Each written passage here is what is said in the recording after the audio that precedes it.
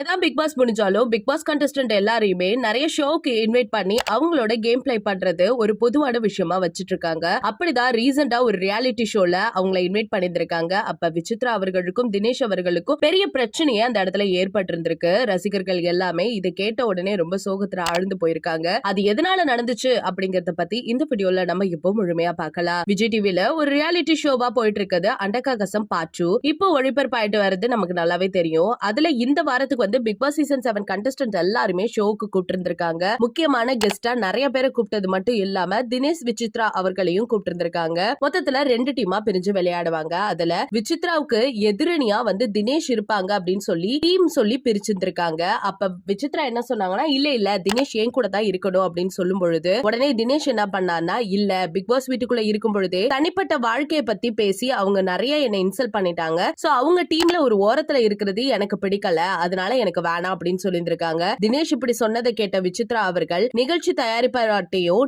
டீம்ட்டையும் பயங்கரமா சண்டை போட்டிருக்காங்க. சண்டை போட்டது மட்டும் இல்லாம இந்த டீமை விட்டு நான் போறேன் அப்படின்னு சொல்லிட்டு வெளியில போயிருக்காங்க. அப்ப ஒருத்தவங்க கூப்பிட்டு, இது ஃபன் ஷோ தான்ப்பா, இதுல ஏன் நீங்க பிரச்சனை பண்ணிட்டு இருக்கீங்க அப்படின்னு சொல்லிட்டு எவ்வளவோ கன்வின்ஸ் பண்ண ட்ரை பண்ணியோ விசித்ரா அவர்கள் இறங்கியே வரல அப்படிங்கிற விஷயம் தான் இப்ப சோசியல் மீடியால பயங்கரமா கசிய ஆரம்பிச்சிருக்கு. இத பத்தி நீங்க என்ன நினைக்கிறீங்க அப்படிங்கிற உங்களோட கருத்துக்களை மறக்காம நம்ம கமெண்ட் செக்ஷன்ல ஷேர் பண்ணிக்கோங்க.